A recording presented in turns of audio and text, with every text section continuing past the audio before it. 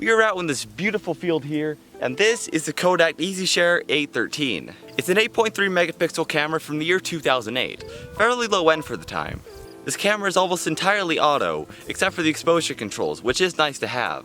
This also has a 3x optical zoom, which is a nice departure from the no zoom at all on the last camera I reviewed. On the back we have a fairly simple user interface, and a large, albeit low resolution screen. The mode selector is located on the top, and sort of looks like it'd be your zoom, but it's just a mode selector. The zoom is on these two buttons right here. At launch, this camera cost about $150, being one of the cheapest models that was available. I, however, got this camera for the price of free because it was presumed to not be working, which is the fault of this battery door, which has half fallen off and had to be taped closed. However, it does work if you do that. The camera takes two AA's and burns through them fairly efficiently, unlike the Canon PowerShot A310 I reviewed. If you switch this little dial to the scene, you get a lot of options, including a self-portrait mode. However, we obviously can't stay here forever, so let's go find some places to shoot.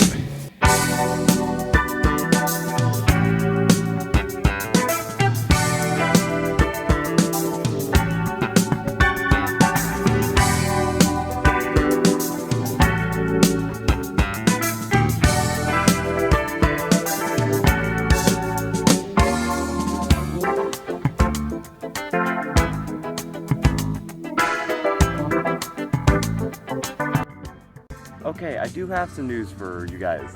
After shooting all of that video and taking a ton of photos, I ended up losing 95% of them because I lost my first SD card in the field, which I was never able to find, obviously. But this isn't the end of the world.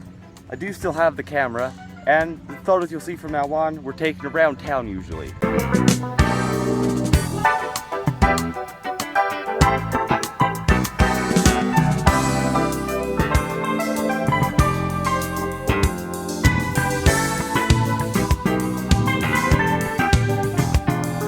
Alright, so this is a video test of the Kodak EasyShare, whatever it's called. It does have a built-in microphone. It's not great, of course, and this is 15 frames per second video in 480p, which even at the time was actually pretty poor because I think even a lot of point and shoots could do 480p 30.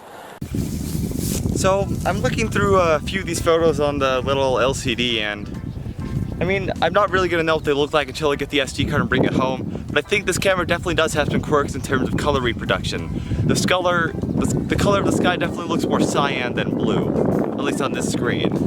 And the way this camera works is a little bit annoying. The menus aren't something I'm used to, and there's like this favorites menu for some reason, but I think that mainly might be due to the fact that I'm not used to Kodak digital cameras. And I also think it's important to realize that this was at the tail end of Kodak digital cameras in the first place.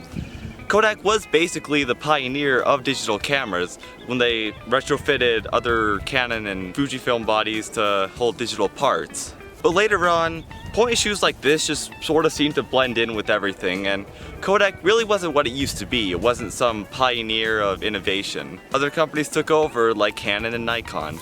Into the 2010s, Kodak didn't see much signs of life, and by the end of 2012, they stopped selling cameras altogether. Despite that though, and despite this not being exactly Kodak at its best, I think this camera is still pretty interesting, even in 2021, because this brings back an era where I think, you know, being able to share your photos from your camera was still a pretty big feature. You know, the internet was popping up all over the place. I still haven't figured out how to use this feature, neither have I figured out how to use it on other digital cameras that have it, but it's nice to have, I suppose. These days I think we might take it for granted that we can just take this SD card out, put it in our computer, and be able to upload it to the web.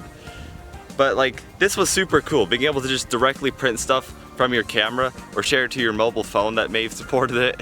Also, low-end cameras like this kind of just bring me back to the whole gist of consumer product technology in general in the 2000s and even into the 2010s. Just so many companies were trying different things and seeing what the next new fad was. I mean, if you had a dedicated share button on the DSLR today, I think you would be called crazy. And ironically enough, DSLRs haven't really changed a whole lot. They've gotten better in image quality and processing power, sure, but this Canon I'm using doesn't look a whole lot different from the first DSLRs that Canon ever made. Point and shoots like this though, however, do. They have so many different designs, and companies can make them look absolutely iconic. It's the reason I like reviewing old point and shoots like this, because they're just pretty unique. It's something that, although obscure, it's also just interesting to discover because, well, not a lot of people have covered it in the first place.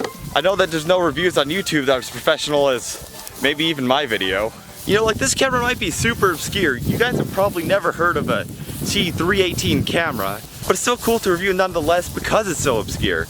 That means not a lot of other people have discovered its quirks and used it kind of like I have. And heck, the main reason I like reviewing point and shoots like these too is because they're dirt cheap to get a hold of. I mean, this was free, the last one I got was $6, the one before that was $5. Because these cameras are so obscure and old, they're easy to get hold of for dirt cheap prices. And you can get decent results. Or at least I hope they're decent. We're gonna have to see back on home on the computer. Also, even after shooting with this camera for several hours, I'm starting to get a liking to it. And I've enjoyed using this. I think sometimes it can be fun to just point and shoot. And even with this camera that's meant for an audience completely different from me, I've managed to find creative uses for it. For example, optical zoom is something on point and shoot cameras, but not most phones, at least effectively.